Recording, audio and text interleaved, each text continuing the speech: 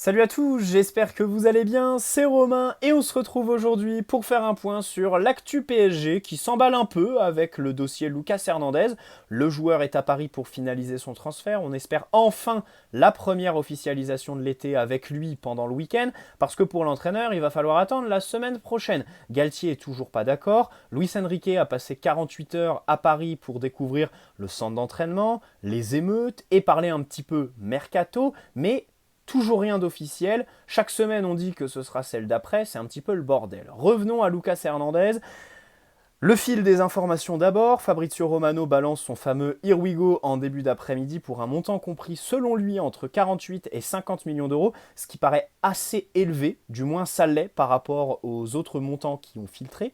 Il dit qu'il est déjà à Paris pour la visite médicale et signer le contrat. Tout ça est confirmé par RMC Fabrice Hawkins, le Parisien Benjamin Quarez, l'équipe avec Loïc Tandy qui précise dans son article que le montant est de 40 millions fixe, donc on est loin des 48, même si c'est que 8 d'écart, 40 millions fixes qui peuvent aller jusqu'à 45 si tu lèves tous les bonus. Alors, on ne lui souhaite pas, bien évidemment, on espère qu'il jouera le plus de matchs possible au PSG, mais sachant que c'est un joueur qui se blesse beaucoup, on peut peut-être imaginer que les bonus, le Bayern n'avait déjà, aucun intérêt à les mettre en fonction de sa présence sur le terrain, et s'ils l'ont fait, on peut se dire qu'ils ne seront pas levés dans leur globalité si Lucas Hernandez continue sur la lancée qu'il a eue à l'Atlético, au Bayern sur sa carrière, niveau blessure. Bon bref, ça c'était un petit peu le côté négatif de la vidéo.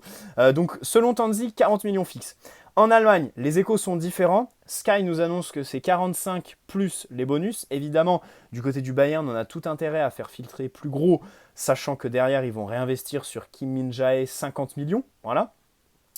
Et dans tous les cas, on l'a vu sur le dossier Bernat, le Bayern publie ses comptes. Donc on peut... Alors, il ne publie pas précisément le montant de chaque transfert, mais il publie chaque année les montants qu'ils ont fait rentrer dans leur caisse par des ventes de joueurs. Donc évidemment, tu prends chaque joueur, tu soustrais et au final, tu peux deviner assez aisément le montant qui a été balancé sur un tel ou l'autre. Avec Bernat, par exemple, au début, on pensait que c'était 15 millions. Il balance que sur l'année, à ce moment-là, ils ont fait 90 millions de ventes. Tu soustrais tous les autres joueurs qui ont été vendus. Je crois qu'ils vendent Douglas Costa à la Juve, par exemple, en même temps. Et au final, ça tombe à moins de 10 millions. Et certains médias nous annoncent après coup que c'est même 5 millions, Juan Bernat. Donc là, voilà, on verra. C'est pas aussi précis que Porto, je crois, comme ils sont cotés en bourse, si je dis pas de bêtises, eux, ils sont obligés de faire fuiter vraiment tous les montants exacts. C'est pour ça que Vitinha, on sait que c'est 41,5 millions, si je dis pas de bêtises. Enfin, il y avait un montant très précis qui avait filtré. Marca, j'aimerais m'arrêter sur l'information de Marca. C'est un journal espagnol, vous me direz, mais Lucas a grandi là-bas. Donc évidemment, son entourage, s'ils veulent faire filtrer des choses dans la presse, c'est plutôt du côté des journaux espagnols que français. Ensuite, Marca, c'est eux qui avaient l'exclu de notre intérêt sur Lee Kang-in, le coréen. Avant même Matt Moreto pour Elevo. Matt Moreto qui dit que voilà, c'est en discussion finale. Eux, Marca, bien avant lui, annonce juste un intérêt du PSG. Et ben Marca, cet après-midi, nous annonce un contrat de 3 ans plus une en option pour Lucas Hernandez. Ça a même été confirmé derrière par Loïc Tanzi, parce que dans son papier, il dit Lucas va s'engager pour 3 saisons au PSG. Donc, info très fiable de Marca, qui d'ailleurs, je crois, balance son info avant Fabrizio Romano. Bref, c'était juste pour faire la pub. Enfin, je ne sais pas si c'est de la pub parce que les journaux espagnols n'en resteront pas moins les marionnettes des grands clubs là-bas, des journaux pas très fiables, mais quand ils le sont, il faut le souligner, parler en fait. 3 ans, fixe, avec une option. Alors évidemment, ça veut tout et rien dire l'option. Il faut voir qui a la main dessus. Si c'est le club, alors là, je suis très très heureux. Parce que dans ma dernière vidéo, je vous disais, la cerise sur le gâteau, je suis très content de ce coup avec Lucas Hernandez. La cerise sur le gâteau, ce serait de ne pas lui donner 50 contrats, mais un peu moins, sachant que l'indemnité de transfert n'est pas très grande. Donc en matière d'amortissement, tu peux te permettre de lui signer 3 ou 4 ans. Et puis, par rapport à ses blessures, le salaire immense qu'il va prendre, si on peut lui donner que 4 ou même 3 ans dans l'idéal, ce serait parfait. C'est fait, donc évidemment, je suis content. C'est bizarre de dire du bien du PSG, mais la réalité, les gars, c'est que, Luis Enrique c'était le meilleur CV sur le marché. Et 2, on peut se poser des questions sur les blessures, avec les croisés de Lucas Hernandez, la blessure au dos de Milan Skriniar, même s'il a enchaîné 2 matchs dans leur globalité avec sa sélection dernièrement. La réalité, c'est qu'en matière de profil, c'est très bien ciblé. Et je l'ai développé dans ma dernière vidéo. 2 défenseurs rugueux qui n'ont pas peur d'aller au duel par rapport à un Marquinhos ou Ramos la saison dernière par rapport à son âge et son genou qui lui a fait défaut. Des mecs qui seront toujours au contact de l'adversaire, qui collent avec le football moderne. Skriniar un peu moins que Lucas Hernandez, je suis d'accord, mais Skriniar, c'est pas non plus une pipe. Voilà, c'est quelqu'un qui a la relance à pas toutes les qualités du monde, mais quelques-unes quand même. En matière de vitesse, une fois qu'il est lancé, il n'est pas ridicule du tout, même si sur les premiers appuis, c'est vrai que par moment, il peut paraître un petit peu lent. Lucas Hernandez, bon, lui, c'est une bombe, hein, lancé, phase arrêtée, pour voilà, défendre n'importe quelle zone du terrain, n'importe quel espace, très combatif. Donc voilà, les profils sont très bien ciblés. Et donc, le fait de le signer 3 ans, ça, c'est vraiment une super nouvelle dont je me réjouis absolument. Maintenant, si le joueur, c'est lui qui a la main sur l'option, là, je mettrai un bémol. Parce que c'est comme Mbappé, en fait. Ce genre d'option, si tu la donnes juste au joueur, ça n'a pas grand sens en réalité. Voilà, il faut absolument que le club ait la main dessus. Ou alors qu'il y ait des conditions de match joué, par exemple, ou si tu gagnes la Ligue des Champions, je sais pas quoi. Si tu atteins un certain nombre de points en Ligue 1. Bon, bref. En plus, la concurrence avec Kimpembe. Kimpembe, je voudrais en parler parce qu'il y a une photo qui a fuité sur Twitter et puis même lui, il s'affiche depuis longtemps pendant sa convalescence. Je crois qu'il est allé à Dubaï faire de la muscu avec des mecs NFC, tout le bordel. Et il y a une photo qui a tourné un peu sur Twitter dernièrement où tu le vois, il est un peu bouffi et très musclé. Il n'a pas pris de kilos parce qu'il a mangé, mais il a pris en masse musculaire parce que je crois qu'il s'est réfugié là-dedans pour évacuer sa peine de ne pas être sur le terrain.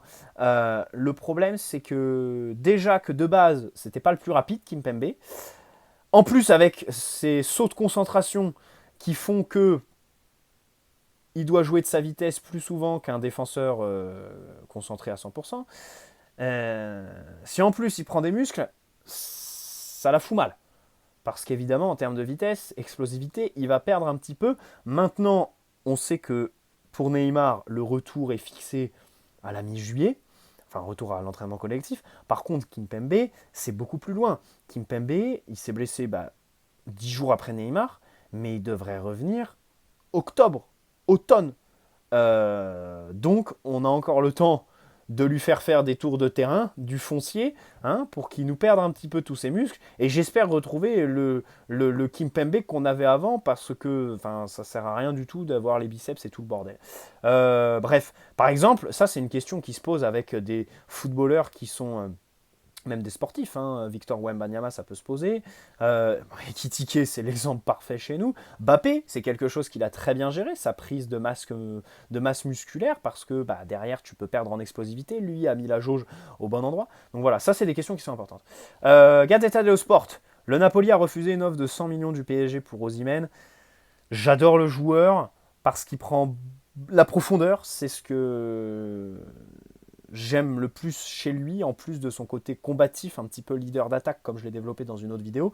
Maintenant, techniquement, c'est sûr que c'est pas Harry Kane, notamment de haut jeu ou alors pour porter le ballon. 100 millions, déjà, ça me paraît un petit peu trop. Et puis, j'ai l'impression qu'on perd complètement notre temps, quoi.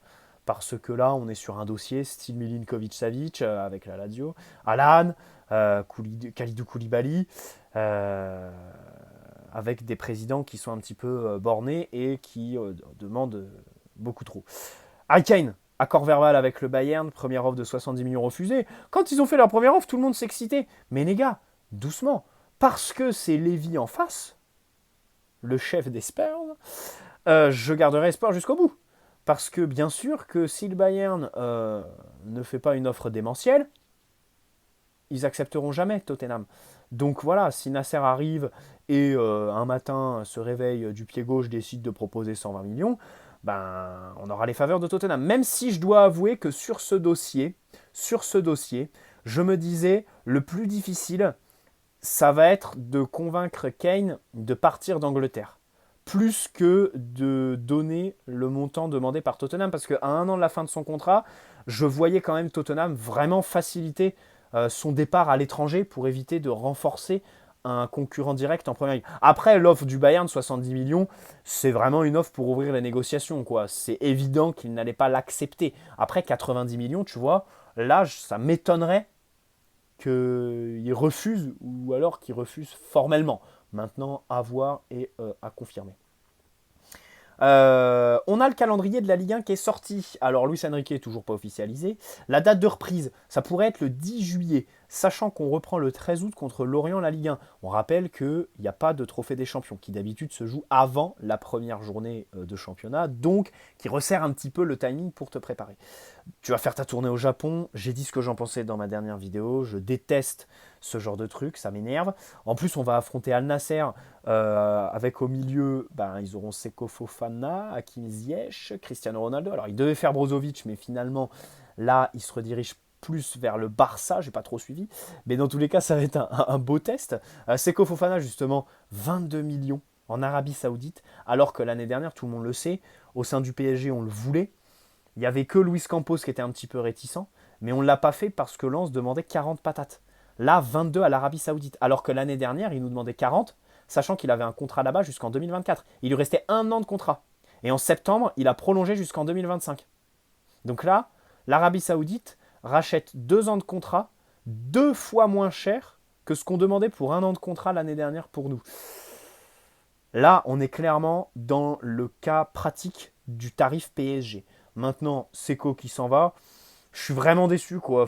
C'est comme Openda qui veut aller à Leipzig parce que c'est un projet qui aboutit. Ils vont jouer la Ligue des Champions. Surtout pour Seko, il y a la CAN à préparer en janvier, même si, alors, il y a des petits problèmes avec sa sélection. Bon, là, il n'y était pas en juin parce qu'il est blessé. Je crois qu'il a une pubalgie, blessure qu'on connaît au PSG. Kurzawa, Verratti. Mais avant, sur les autres trêves internationales, il n'y était pas avec sa sélection, Seko, parce que visiblement, c'est quelqu'un qui choisit ses matchs et dans le vestiaire, il poserait quelques petits problèmes. Alors, c'est des rumeurs, hein, mais à voir. Dans tous les cas, je pense que la CAN, il n'y a rien de mieux qu'une phase de poule de Ligue des Champions avec le RC Lens pour la préparer.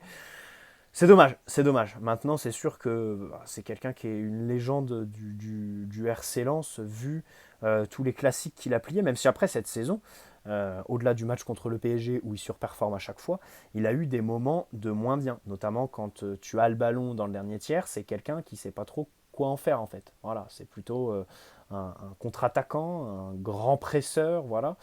Mais quand l'adversaire te laisse le ballon et te dit vas-y, viens chercher, viens te confronter à mon bus, c'est un peu compliqué. Et c'est pour ça que moi, j'en voulais pas pendant toute la saison, on l'a martelé sur la chaîne YouTube. Paredes. Alors j'aimerais parler de Paredes un petit peu, parce que c'est vrai qu'il a fait beaucoup de déclarations. Bon, déjà, il a officialisé Luis Enrique, mais ça, c'est un peu. C'est un peu n'importe quoi. C'est comme Lee Kangin, le coréen, qui signe des maillots du PSG alors que c'est pas officiel. Lui d'ailleurs, c'est pas fait à 100%, hein, à ce qui paraît. On négocie à la baisse l'indemnité avec Mallorca. Bref, donc Paredes, beaucoup de déclats pour nous dire qu'il se voit rester au PSG l'année prochaine avec Luis Enrique qui est un super entraîneur. Franchement, ça m'étonnerait pas que Luis Enrique ne soit pas contre garder Paredes parce qu'il a le bagage technique, c'est le genre de milieu défensif qu'il apprécie plutôt bien, même s'il y a un gros manque de mobilité. Et pareil, je pense, un joueur qui choisit ses matchs, très clairement d'ailleurs, prêt mitigé à la Juve, 28 ans, 1 an de contrat. Voilà, 2024, il faut savoir qu'il est libre, donc on est obligé de le vendre cet été. Et dans cette optique, ça tombe bien, puisque selon Di Marzio, la Lazio Rome s'y intéresse. Alors, pas de grande surprise, parce qu'ils sont entraînés par Maurizio Sarri, qui adore Leandro Paredes, qu'il a eu sous ses ordres à Empoli, je crois, en 2015, si je dis pas de bêtises. Peut-être que je me trompe, hein. Mais dans tous les cas, Sarri adore Paredes, et partout où il va, il le veut. Donc là, on espère que ça va se faire. Le PSG demande une petite indemnité. Tout le problème, c'est le salaire, puisqu'il touche 8 millions. On rappelle, évidemment, hein, 8 millions. Pour Paredes, c'est absolument monumental. Mais bon, selon certains, il doit rester, il doit avoir son énième chance et gratter sa petite prolongation l'année prochaine. Bon bref, à la Lazio, Maurizio Sarri, si vous voulez y croire, la Lazio ont quand même fait partir leur directeur sportif historique, l'Albanais Taré, Mokhtar, je sais pas comment ça se prononce, qui était en poste depuis 2008 quand même. Hein. C'est lui qui fait toute l'équipe Immobilier, Alberto, Milinkovic-Savic, même si ces derniers temps il faisait des recrues un petit peu moins bonnes. Voilà. Et surtout, en fait, il s'est engueulé avec Maurizio Sarri toute la saison. Ils étaient vraiment en désaccord. Donc, c'est Sarri qui a eu gain de cause. Parce que sur le terrain, la Lazio a fini deuxième de Serie A. Ils ont fait une très belle saison, notamment gagné beaucoup de matchs contre les gros. Euh, et ils seront donc en Ligue des Champions l'année prochaine. Ça peut être un point positif pour Paredes, même si de l'autre côté, Maurizio Sarri, c'est typiquement l'entraîneur de championnat qui va délaisser les compétitions européennes. Hein. Ça, il s'en cache pas, évidemment. Donc, je pense qu'il ne faut pas attendre grand-chose de la Lazio l'année prochaine en Ligue des Champions. Sarri devrait un petit peu délaisser. Bon, bref. Là, tu te dis tout de suite, échange avec Milinkovic-Savic. Les deux sont dans la même situation contractuelle. Savic, fin de contrat 2024. La Juve s'y intéressait jusqu'à la prolongation de Rabiot. Voilà, c'était vraiment la top priorité pour eux si Rabiot partait. Au final, Rabiot a prolongé. Donc, il a plus grand monde, Milinkovic-Savic, qui a été vu à Paris un peu plus tôt dans la saison, je crois, au Louvre, devant la Joconde. Il y avait une photo de lui qui avait fuité sur les réseaux. Moi, j'aime bien ce milieu. Alors, c'est vrai que s'il fallait le prendre, c'était à l'époque, quand il était plus jeune, quand il avait 24 ans, quand on le pistait. Mais bon, c'était 100 millions. Là, si on peut faire un échange avec Paredes, ça peut être pas trop mal, voilà, pour exfiltrer Paredes et prendre un mec qui aurait un salaire moins grand, parce que Savic, allez, 5 millions net, je pense que tu réussis à le signer facile, hein, sachant que Paredes en touche 8, tu fais un petit glow-up. Alors après, Paredes évolue beaucoup plus bas sur le terrain que Milinkovic, mais bon, on a recruté quand même Ugarte 60 millions pour le poste de numéro 6, voilà. Et au poste de relayeur droit, ben, Michael Olise, qui était un petit peu pisté, s'est blessé. Bernardo Silva, ça se refroidit un petit peu. Là, normalement, on devrait avoir des nouveaux noms qui sortent. Bon, vu le tournoi qu'il fait avec les U21, je pense que on ne se mouille pas trop en prédisant un retour de la piste Ryan Cherki dans les prochaines semaines, hein, à ce poste-là. Mais dans tous les cas, Savic, voilà, moi c'est un joueur que j'aime beaucoup parce que il connaît vraiment le dernier tiers. Au contraire d'un Vitinha, d'un Ugarte, d'un Fabian Ruiz, même si Fabian Ruiz a marqué quelques buts en fin de saison. C'est quelqu'un qui est capable de reprendre des centres de la tête parce qu'il est très grand, physiquement, techniquement, pardon, il est très bon, voilà. Les grosses frappes de loin. Il est très costaud. Moi, ce que j'adore, et là où je le vois le plus au PSG, en fait, c'est en point d'appui. Au cas où on ne fait pas un numéro 9 pivot. C'est-à-dire si on recrute un numéro 9, profil petit, très technique, qui ne reprendra pas les dégagements de Donnarumma. Ben, tu mets Milinkovic-Savic relayeur droit. Il est quand même très très bon. Je crois qu'il fait 1m90. Tu lui envoies des parpaings. À la Lazio, il les contrôle poitrine, de la tête, grand calme. Et c'est vraiment quelque chose qu'il maîtrise complètement, les contrôles sur les passes longues. Moi, c'est ce que j'aime le plus avec lui. Après, c'est vrai que si tu veux nuancer, il y a un vrai problème de mobilité avec Savic. Voilà. C'est peut-être pour ça que les top clubs, Première Ligue par exemple, s'y intéressent pas vraiment. Parce que c'est vrai que c'est quelqu'un qui va pas contre-presser comme un malade et qui n'a pas. Alors, ça peut être comblé par Ugarte. On sait que c'est un joueur qui est très mobile, qui bouge beaucoup et intelligemment sur le terrain. On peut imaginer une complémentarité avec Savic dans cette dimension-là. Mais dans tous les cas, voilà, c'est vrai que tu es quand même très loin des profils que tu vises avec Cherki ou Bernardo Silva, par exemple. Voilà. Bernardo qui va aller quand même beaucoup plus de kilomètres que Milinkovic-Savic et qui sera un peu plus électrique, même si je ne sais pas si c'est le mot, sachant qu'il a 29 ans et que s'il signe au PSG, on peut imaginer une espèce de décompression post-Première Ligue. Bref, pour ce poste-là de relayeur droit, il y a Gabriel Vega, évidemment, qui est pisté par un peu tout le monde. City, Liverpool, Chelsea, il est à Celta Vigo, hein, qui ont évité la relégation, je crois. Le directeur sportif là-bas, c'est Luis Campos, on le sait tous.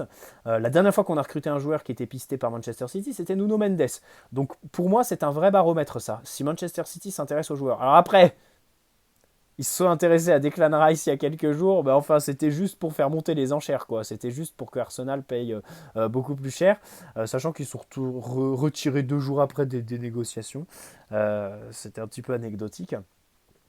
Mais dans tous les cas, pour revenir à Gabriel Vega, voilà, 21 ans, close à 40 millions, qui est gaucher, qui aime bien repiquer dans l'axe, voilà, qui part de la droite pour aller chercher du coup l'axe, la densité, le côté gauche, qui on le rappelle est notre pôle créatif au PSG. ça peut être pas trop mal, qui tente beaucoup de dribbles. Alors même si il n'a pas un taux de réussite aussi élevé que Lee Kang-in, c'est quand même un bon dribbleur, voilà, c'est assez efficace, que j'aime plutôt bien. J'aimerais bien voir le PSG s'y intéresser, quoi, surtout que Luis Campos quand même l'a un petit peu sous les yeux. Verratti, Al Hilal a envoyé une délégation à Paris pour lui proposer 30 millions de salaire par an. Bon, tu lui triples quasiment son salaire. Son agente Pimenta, celle qui a repris donc les affaires de Mino Raiola, a annoncé il y a une semaine qu'il était dans une période de réflexion, qu'il lui fallait 10 jours, je crois, ou 2 ou 3 semaines, je ne sais plus. Bon, je veux bien entendre toutes les critiques sur Verratti, surtout que la semaine dernière, il y a encore une photo de lui avec une cigarette à la main qui a filtré sur les réseaux sociaux. Mais enfin, avant de le faire partir, c'est comme Mbappé. Moi, j'ai la jurisprudence Mota, machin, tout ça. Ceux qui veulent le faire partir, très bien. Je veux bien entendre vos arguments pour démonter Verratti, mais je veux surtout que vous me proposiez un relayeur gauche qui nous apportera autant que lui. Et ne me citez pas Barella, c'est un relayeur droit. Je veux un relayeur gauche, mais vraiment exclusivement. Pourquoi? Parce que c'est notre pôle de créativité, ce côté-là. Voilà. On va pas foutre un joueur là où il ne joue pas naturellement. Hein. Il faut absolument un spécialiste du poste si on veut faire partir Marco Verratti, qui va nous apporter les qualités techniques, parce que sur ce côté, t'as Mbappé, t'as Nuno, t'as Neymar, t'as tout le monde. En plus, là, t'as rajouté Lucas Hernandez, qui normalement devrait être notre meilleur défenseur central quand il sera sur le terrain. Donc, ceux qui veulent le faire partir, donnez-moi un relayeur gauche pour le remplacer. Milinkovic-Savic, on abandonne, c'est relayeur droit. Barella, pareil, on abandonne, c'est relayeur droit, encore une fois. Et Bernardo Silva, c'est pareil. Bernardo, c'est quasiment en ailier que Luis Campos l'imagine, hein, selon ce qu'il fit dans les médias. Et puis surtout, avant de faire partir Verratti, si c'est en Arabie Saoudite, pardonnez-moi, 80 millions minimum, hein, l'indemnité de transfert. Hein, parce que, voilà, 30 millions de salaire, rincez-nous aussi. Donc voilà un petit peu mon avis sur les dernières infos. C'est vrai qu'en ce moment, c'est un peu calme parce que le club n'officialise rien. Bref, et j'ai hâte de voir comment va se terminer ce dossier du numéro 9 parce que vraiment j'en peux plus quoi. J'en peux plus des rumeurs Osimhen qui viennent d'Italie, des rumeurs Kane qui sont pas du tout concrètes. Là, on a le PSG qui a fait filtrer que ils désespèrent pas malgré l'avance du Bayern. Hein, ils sont toujours dans le coup, ils abandonnent pas sur Harry Kane, mais tu sais pas ce qu'ils foutent quoi. Mais sors le chéquier, va à Londres, propose 120 millions à Lévy et terminé, on n'en parle plus. Le joueur, tu le rinces, son frère et agent, là, comme je l'ai expliqué, tu lui donnes une commission de 10 millions et pas de problème. C'est sur ce genre de joueurs qu'il faut les donner, les commissions et les machins chouettes. C'est pas sur les Kanguinli ou les Marco Asensio. Allez, bonne soirée à tous, n'hésitez pas à poser un like si cette vidéo vous a plu, vous abonner si ce n'est pas déjà fait. Ciao les amis.